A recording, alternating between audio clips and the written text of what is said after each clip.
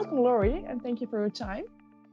You work at TNO, the Dutch research agency that was a partner in the INDUCE project. And within this project, you have developed and tested the INDUCE methodology, which can be used to enhance the energy efficiency of the agro-food industry. And can you tell me a bit more about what the methodology is about? Yeah, so thanks for asking me. The INDUCE project has been really interesting process to work with different types of stakeholders. So part of the INDUCE methodology also deals with different kinds of stakeholders and how to incorporate their involvement and decisions about which would be the next step. It's very interesting to work with companies, training agencies, and other research institutes to combine efforts for great results, and also to share knowledge about different disciplines and different types of knowledge. So what I find the beauty of the INDUCE methodology is that it's part of a human-centered design. The approach is human-centered designs, and for those who don't know what human-centered design is, it centers, it's focused on organizational but also individual behavior and culture, and that's one part, but it's also focusing on the needs and specific situations, so the context of the organization or the situation that you want to approach or you want to find a solution for. So you're not necessarily, as in traditional experimental research, you're not necessarily creating a situations and step from A to E towards the end, but you co-create literally to share results, share experiences, and sort of decide what the next step will be. So you talked about the behavioral aspects that are important. How were they included in the trainings you provided?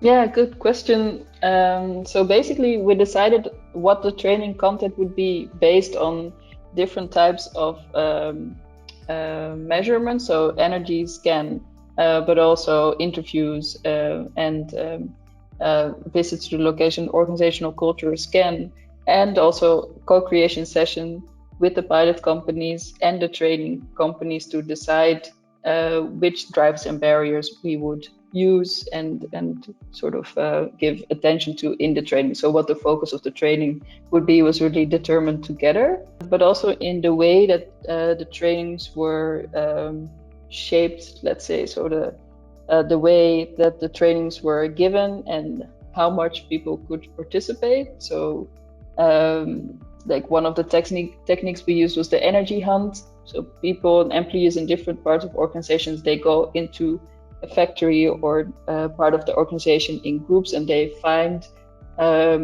which energy efficiency measures they could take, based on their knowledge, of course, because they know the organization, but also based on what they see.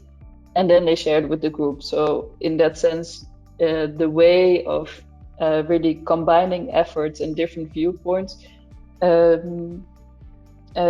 create space for the participants of the training to be heard. And those ideas could be of the training itself, but they could also be ideas of earlier, which might not have been addressed in a day-to-day basis. And why are these interviews and looking at the organizational culture so important to enhance energy efficiency?